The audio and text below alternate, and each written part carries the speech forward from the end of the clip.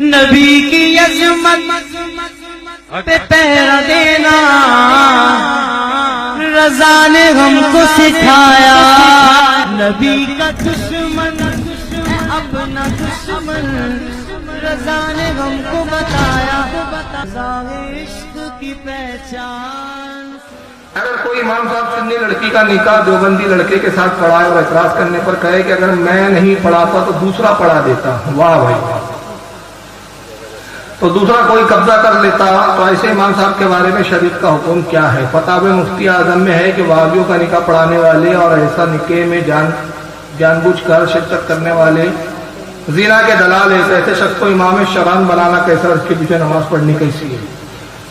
سب سے پہلی بات کہ وہابی لڑکا ہو یا لڑکی ہو, اس کا نکاح کسی سے نہیں ہوتا. اعلیٰ حضرت نے یہاں تک شدت میں فرمایا فتح رضیہ میں کہ وہابی کا نکاح کتے سے بھی نہیں ہوتا.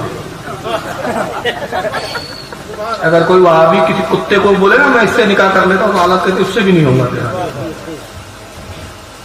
سمجھے کہ ایسی بدترین مخلوق ہے کہ اس کا نکاح بھی نہیں ہوتا.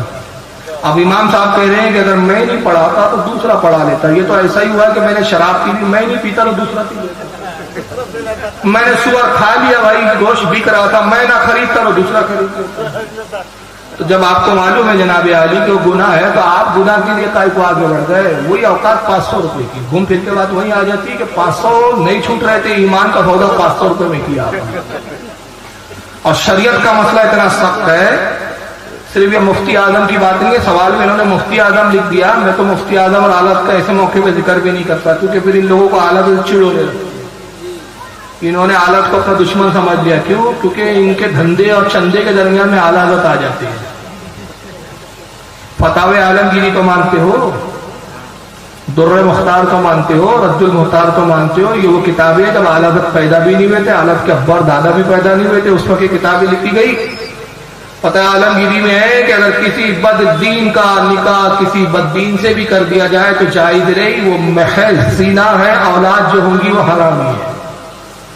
اب ظاہر سی بات ہے جب نکاح ہی نہیں ہوتا اور اس کو نکاح کا نام دے کے کوئی صاحب خطبہ پڑھ رہے ہیں, نکاح پڑھا رہے ہیں, تو وہ کیا کر رہے ہیں؟ وہ زنا ہوتا ہے, تو زنا کے دلال ہے.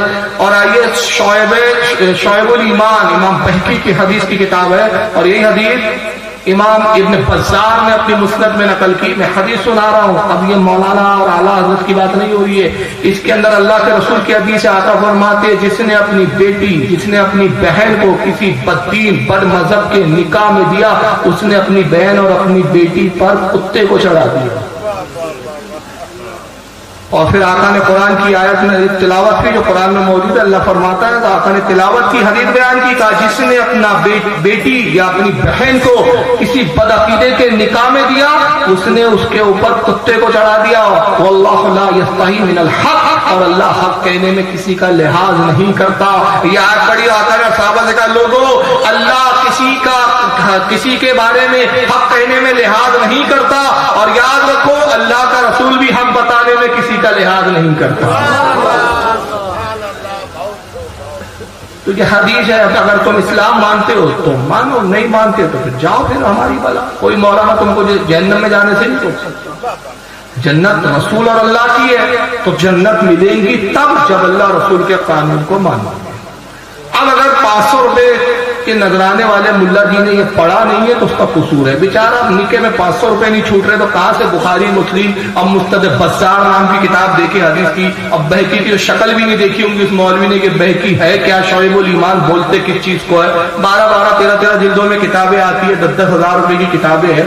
بیروت اور لبنان میں چھپی عربی میں, وہاں سے بلانا پڑتا ہے. نتیجہ کیا ہے معلوم ہی نہیں, پڑھے ہی نہیں, ملا جی نے پڑھے ہی نہیں, گھاس چھیلے ہیں مدرسوں میں, اور اب جو ہے عوام کو الو بنا رہے 500 روپے اور 600 روپے نذرانے کے چکر میں. اور بیچاری قوم تو سوچ رہی ہے مولانا ہے, ڈگری ہے. ارے بھائی ڈگری سے سب کچھ نہیں ہو جاتا, علم سے ہوتا ہے سب کچھ. عربی بولنے سے کوئی عالم نہیں بن جاتا. ابو جہل سے اچھی عربی نہیں ہے مولوی جی کی آپ کی, ابو جہل سے اچھی عربی بولتا ہے. تو ایسا امام کا حکم کیا ہے معلوم شریعت میں؟ اگر کسی نے جان بوجھ کر کسی بد عقیدہ لڑکی کا یا لڑکے کا نکاح پڑھایا, نکاح تو وہ ہوا نہیں, ملا جی کا اپنا نکاح ٹوٹ گیا, ان کی بیوی ان کے نکاح سے نکل گئی. اب جب اپنی بیوی کے پاس جائیں گے نا سلام کر کے, اور جو بھی لے کر آئیں گے وہ حرامی ہوگا. یہ میں نہیں بول رہا ہوں، یہ کتابیں بول رہی ہیں، اگر جب دیکھنا چاہو دیکھ لو، بلا لو، میں لے آؤں گا کتابیں۔ فتاوی عالمگیری میں موجود ہے، در مختار میں، ساری ہمارے فقہ کی کتابوں میں موجود ہے، حدیثوں میں موجود ہے۔